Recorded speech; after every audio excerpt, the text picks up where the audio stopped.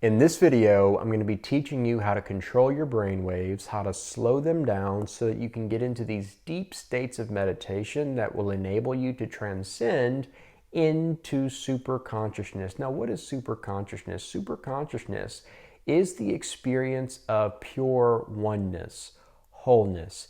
It's where the supernatural happens. It's where you realize that who you really are is beyond the body, beyond the mind, beyond space, and beyond time. And it's full of love and bliss and joy, and it truly is a mystical experience. It's an experience of transcendence. And for so many people, this is what they are wanting to experience in meditation, but they feel like they can't. They feel like they can't experience this bliss and the love and the oneness and the wholeness. And the reason for this is because of the analytical thinking mind that is full of distractions early on in meditation. And so this is something that I've experienced a lot, especially when I first started meditating. And I had the same feelings and frustrations with not being able to move past the mind and the voice in my head and all the random thoughts and images that would arise out of nowhere when I would try to get still and meditate. And I honestly got to a point after attempting this for months, trying to meditate for months, I got to a point where I said, you know what? Meditation, it's not for me. Maybe it's for other people, for super spiritual people, but for me, I can't do it because I can't deal with the distractions of the mind. And what I realized was I had two major misconceptions about meditation. The first misconception was that meditation is all about trying to control my thoughts. And so I would start meditating and I'd be like, all right, here we go, I'm going to meditate. And in order for me to experience the peace and the bliss and the transcendence, I have to control my thoughts because my thoughts are what is preventing me from this. And so I'd sit there and I'd say, okay, here we go. Oh, there's a thought. I can't have any thoughts. I got to control that thought. That's not a spiritual thought. And so I would spend all this time and energy trying to control my thoughts. And then after about 10 minutes of doing this, I'd realize that this is pretty much impossible because the more I actually try to control my thoughts, the more difficult it becomes, and it's very frustrating and it's very discouraging. And then I said, okay, well then I'll try this other thing. And this was misconception number two. The second misconception I had was that meditation is all about trying not to think. And so I said, if I can't control my thoughts, then I'll just not think. There you go, there's the answer, there's the solution. So same thing, I'd start meditating and I'd be like, all right, here we go. I'm not going to think of anything because meditation is about not thinking. And if I can just get to this place of no thought, then that'd be it. I'd experience the oneness with God, the transformation, the transcendence, and that would be it. Well, guess what? Same thing happened. I'd get about 10 to 15 minutes into it, and I'd sit there and I was trying so hard to not think, but I realized the same thing. The more I tried not to think, the harder it became to experience this state of no thought that I thought was the whole point of meditation. And so when I let go of these misconceptions by learning what meditation was really all about, and I started to practice meditation, and I started to meditate in the way that I'm going to be sharing in this video, that is when everything changed for me, and that is when I started to enter into these deeper states of meditation, like alpha and theta, and then eventually gamma, where I experienced superconsciousness. And my life has never been the same since. And so, to begin, step one, I'm going to give you 5 steps that will lead to entering into the gamma brainwave state where we experience superconsciousness. And so the first step is to simply create the ideal environment. So you want to make sure that wherever you're meditating, the room, the place, the space is quiet, it's peaceful, it's comfortable, and there's no distractions. And then you also want to make sure that you're in a comfortable position when you start meditating. When we get into these deeper states of meditation and we're trying to go from like alpha or theta into gamma, what's going to determine whether or not we can transcend is the energy flow in the body. And so if the spine is straight, then the energy can flow through the body easier and more naturally. And that's ultimately what we want when we're in these deeper states of meditation. And so that's why it's so important to do this in the very beginning. You find a comfortable position where the spine is straight, and from this place, you are ready to go. Now, before we even start meditating, we need to keep in mind that we are about to experience something that is very potentially intense. It will be transformative. It will be something that is, maybe it's new to us. Maybe we've never experienced these deeper states of meditation. Maybe we've never experienced the superconsciousness. And so with all that in mind, we want to make sure the body and the mind are ready for what we are about to encounter. And so think about this. If you're playing a sport, or if you're working out, or if you're a musician, what do you do before the game, or before the concert, or before you actually start working out for real with working sets? You warm up, you prepare, right? And so it would be ridiculous to think that you would be playing at your A game if you went into a game with no warm-up, with no preparation, right? And so this is very important. And the same goes for meditation. We have to have some kind of preparation, some time of warming up before we go straight into meditation. And a lot of people don't know this. A lot of people don't do this.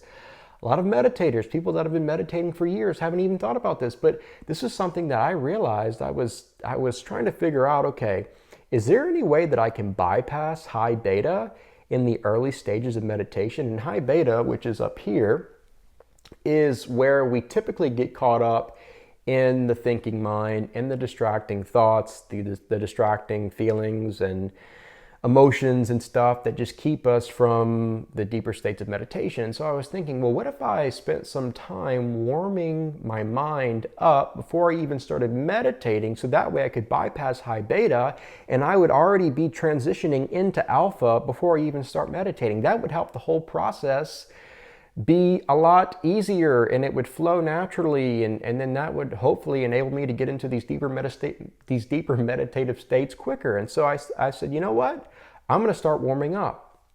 And for me, warming up for meditation had everything to do with moving from my headspace, my analytical thinking mind, into the serene stillness of my heart space. And so I knew immediately that the thing for me that really helps me get into my heart space is music, listening to music, but not just any music, music that really resonates with me. And so this is something that is going to be unique for each person.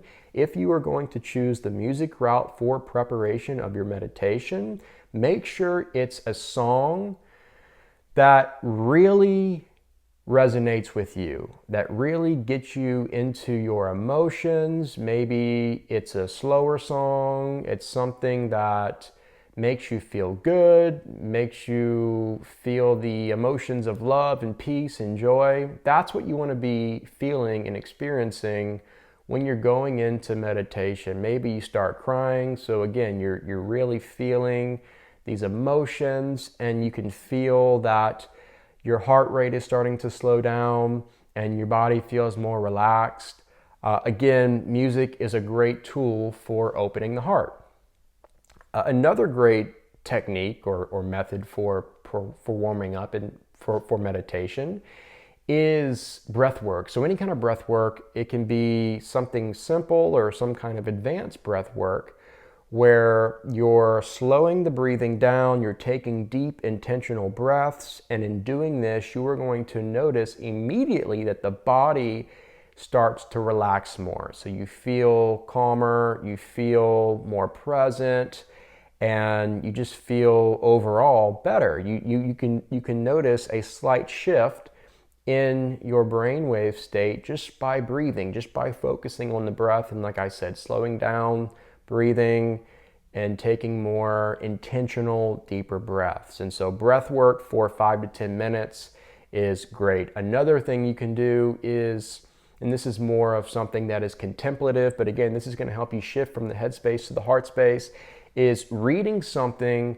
like poetry or something really profound from a book, maybe a verse or a scripture, ancient wisdom, that is going to bring you into that inner stillness, that is going to cause you to enter into this contemplative state. Maybe you start to enter into some kind of contemplative prayer, and it's doing the same thing. It's moving you from the busy, high beta, analytical thinking mind into more of present moment awareness and stillness of the heart space. Okay, so this is just something that's kind of like a bonus. It's kind of like a tip, and it's not something that, like I said, not everyone does this, but I think it is very helpful, and it can save you some time early on when you're trying to deal with the busy analytical thinking mind in the early stages of meditation. So that's step one. Create the ideal environment. Make sure you're sitting upright, the spine is straight, or lying down as long as the spine is straight. And then make sure that you're warmed up, you're prepared for what you are about to experience. Because again, it could be a shock to your body and to your mind. So now that we're ready, we're prepared, it's time to start meditating. Now, when we start meditating, typically we're going to be in beta if whatever warm-up technique we were doing didn't already bring us past beta. Okay, so most of the time when we start out, we're going to be in beta. Now, what is beta? Beta is the brainwave state that we are typically in most of the time, most of the day. It's the, like I keep saying, the thinking mind. It's the problem-solving mind where we're focused on all these different things, the past, future stuff. And it's the mind that we have when we're working, when we're at school, when we're running errands, when we're at meetings, when we're talking to people. It's the typical waking state mind. And with this comes a lot of overthinking, overanalyzing.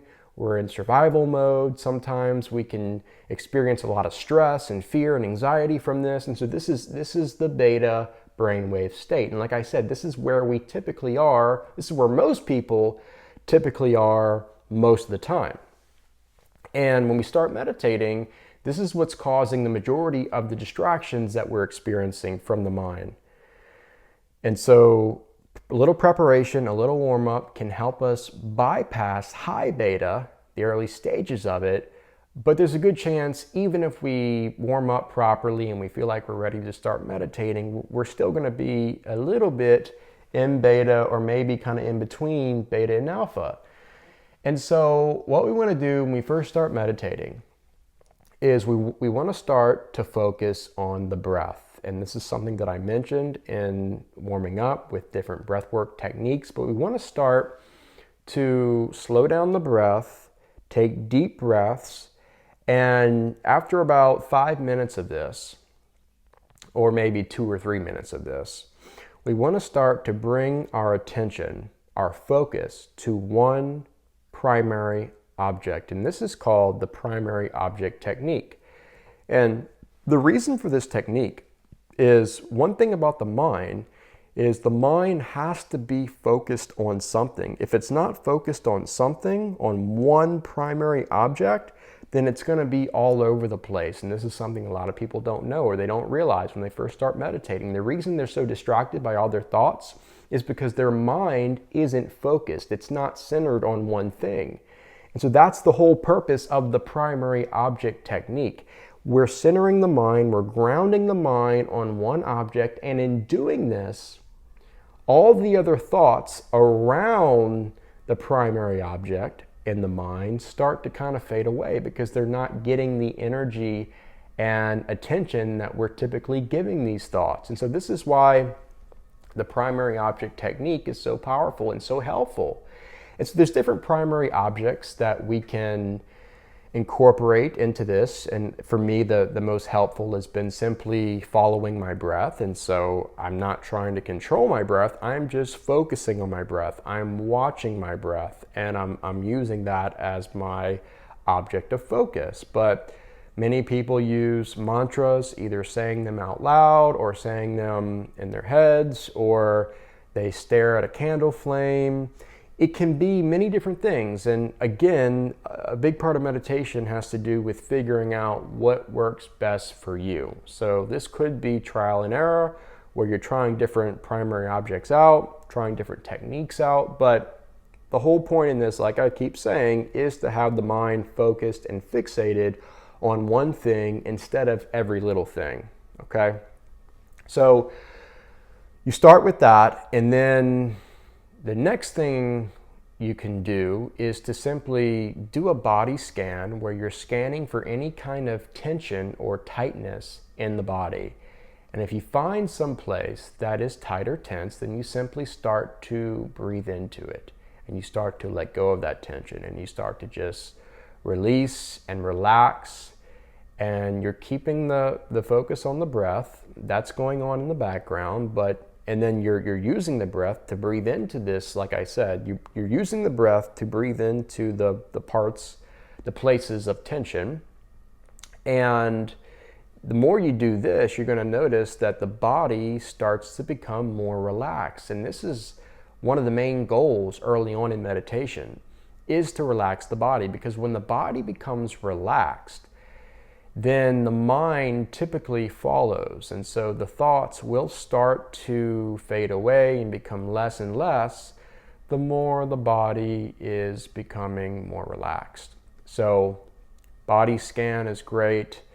But at this point, once you start with the primary object technique and the body scan, and you do this for about 10 to 15 minutes, then you will start to notice a little shift in how you feel. You'll start to feel more peaceful, you'll start to feel calm, and you'll start to feel like there is something happening in the mind where there's not as many distracting thoughts.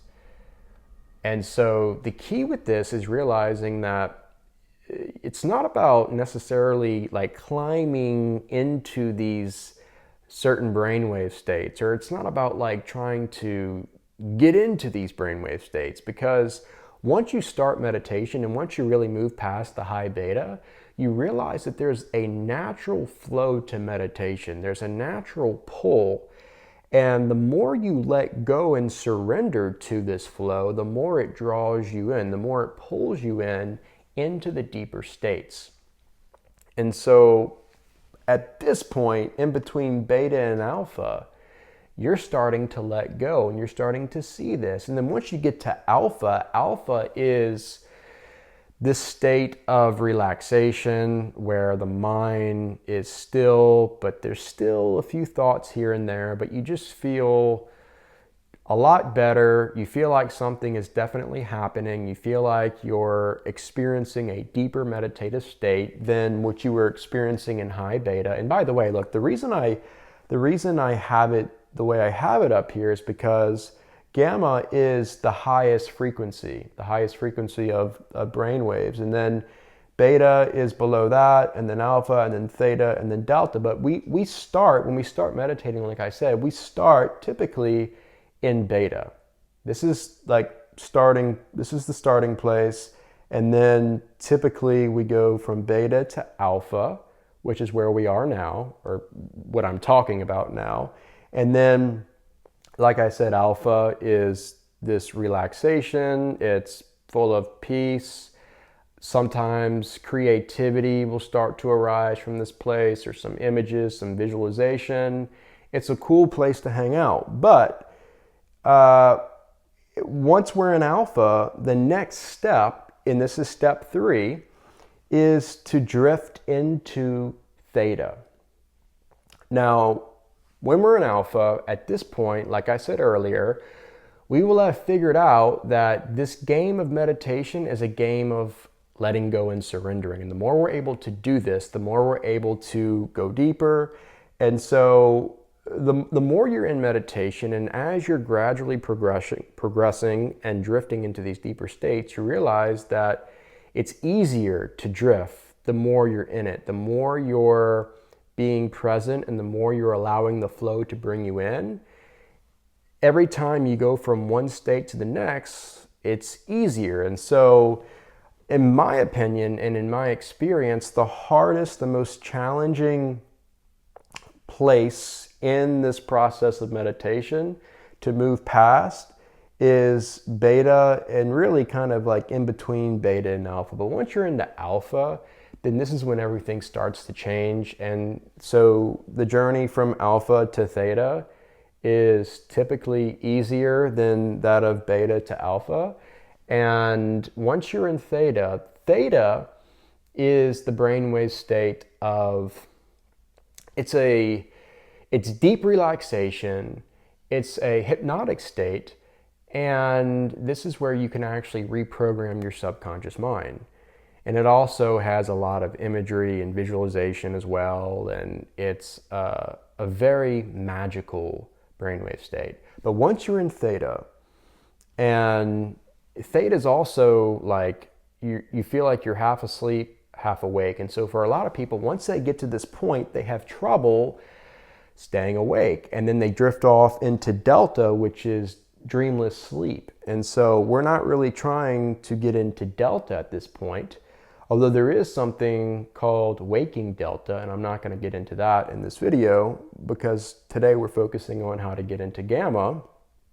But once we're in the theta and the body is like really relaxed, it's deep meditation, deep relaxation, and the subconscious mind is wide open. We're very suggestible at this point to new beliefs and reprogramming and all of that, and visualization, like I said. And so when we're in theta at this point, what we want to do is we want to start to focus on these elevated emotions like love or peace or gratitude or joy or whatever. And we want to move our attention, our awareness to our heart center. And by doing this, this is when the magic starts to happen and we're creating opportunity for us to transcend into gamma. But before I get into that, let me just say this. When we're in theta at this point, the best way to stay awake is to keep the primary object going, because as you're focused on the primary object, that's going to help you stay alert and aware. Although the body is practically like sleeping at this point, there's still awareness, there's still alertness. And that's what you want to maintain as you're going through these deeper states. And so you finally get to theta, like I said, deep relaxation, deep meditation, and the subconscious is wide open. And what you want to do here, when you start to focus, like I said, on the heart center and these elevated emotions, you want to start to take advantage of the magic of theta. And so you want to start to visualize almost like this light that represents the emotion or the energy that you're feeling, that you're focusing in your heart center. And you want to really see it, you want to visualize it expanding, filling up your body, and then going beyond your body. Because when you do this, you're going to actually feel the emotion of love or whatever it is you're focusing on. You're going to feel it fill your body and then expand beyond your body. And sometimes with this comes like a physical manifestation, something tangible that you can feel. Maybe your body starts shaking or you start crying, or there's something that you can tangibly feel in this moment. And when this happens, the heart is going to start to send signals to the brain, and this is when we experience heart-brain coherence. And so step 3 was entering into theta. Step 4 is once we're in theta, we bring our awareness, our attention to the heart center. We're focusing on these elevated emotions. We're visualizing the light within us in this heart space. And now we're cultivating heart-brain coherence. That is step 4, and like I said, when we do this, the brain starts receiving signals from the heart, and this is when the brain goes into gamma. Gamma waves are now being produced by the brain, and this is when we transcend into superconsciousness. This is when there's an expansion of consciousness, and we start to feel the oneness, the wholeness, the unconditional love, the peace beyond understanding, the joy beyond measure, the transcendence. This is when it all starts to happen. And Step 5 is simply to surrender to superconsciousness. And so, like I keep saying, one of the key things to realize throughout this whole process of meditation, especially when it has to do with experiencing these deeper states and gamma, is letting go. It's surrendering. The more we surrender to the flow, the more we're pulled into it. We're not trying to get into it on our own strength, on our own will. No, it's the opposite. We're letting go. So when we start to experience super consciousness, sometimes the mind will come back in and the mind will try to distract us and the mind will try to talk us out of it, or maybe fear or anxiety will arise because, again, who knows what you're feeling and experiencing in the body. The body doesn't know what to do with the experience. There's physical manifestations going on. But ultimately, it's an experience that is beyond anything you could imagine. And most of the time, if you get past the fear, you want more of it. And so the way to sustain that experience of superconsciousness and gamma is to simply let it be. It's to allow it to do its thing and to not try to control what's going on. That is the most important aspect of sustaining it. And then once you're there, again, there's no telling what's going to happen for you, because this is a very unique experience for each person. And it's very transformative. So when you come down from this experience, you won't be the same person that you were before. You will have discovered the truth of your being. And this is also where, like I said, mystical experiences happen here, supernatural healings, all kinds of amazing things happen in the gamma brainwave state when we're experiencing super consciousness. And at this point, it's really up to you as far as how long you want to go, how much you want to experience. So you still have the ability, or you can control whether or not you want to keep experiencing it, or most of the time you can come out of it whenever you want. And so when you're ready to come out of it, or if you feel like you just can't take it anymore, which has been my experience many times, it's so intense and the body's not ready for it, and so you just feel like there's just no way you can sustain it. And what you do at this point is you slowly start to bring your awareness back to your surroundings.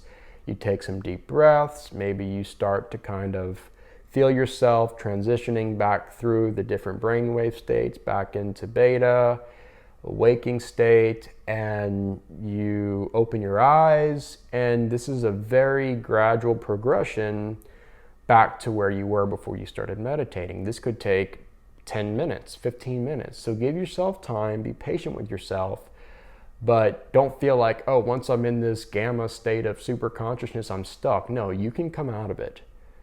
But just give yourself, like I said, time and patience, because it can be a lot. It can be very intense, especially if this is the first time you're going through it and experiencing it. So, yeah, this is it. These are 5 steps, and I'll go over them again. Number 1, create the ideal environment. Number 2, move from beta into alpha. Number 3, enter into theta. Number 4, cultivate heart-brain coherence, which is the key. Heart-brain coherence is how we transcend from theta into gamma. And by the way, let me just mention this too, because I forgot to say it, I think. You can enter into gamma from alpha as well. You don't have to be in theta, or you can be in between alpha and theta. It doesn't really matter.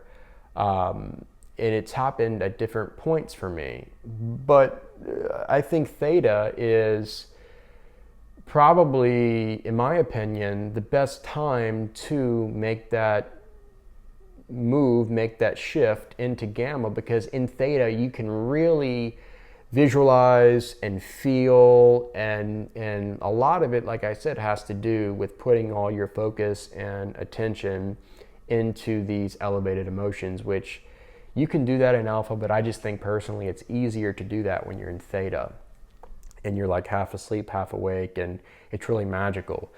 But anyways, yeah, so that's that's number 4, cultivate heart-brain coherence. And then lastly, the 5th step is to surrender to superconsciousness. Let it be, let the experience do its thing, but know that you can come down whenever you want.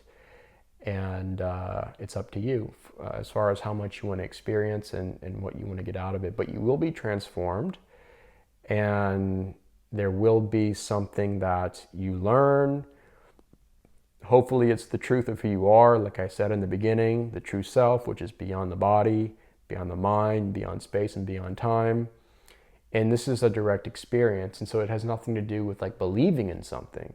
This is a method where you practice it, you apply it, and you discover the truth of your being for yourself. And that's why I love it so much. That's why I love meditation so much. Meditation is something very individual. You don't need to rely on any kind of external religious institution or a pastor or a priest or a guru or some kind of book to experience God. No, you can experience God for yourself through meditation. And in experiencing God for yourself, you realize that you are not separate from God. God is not some distant deity. No, God is fundamentally one with you.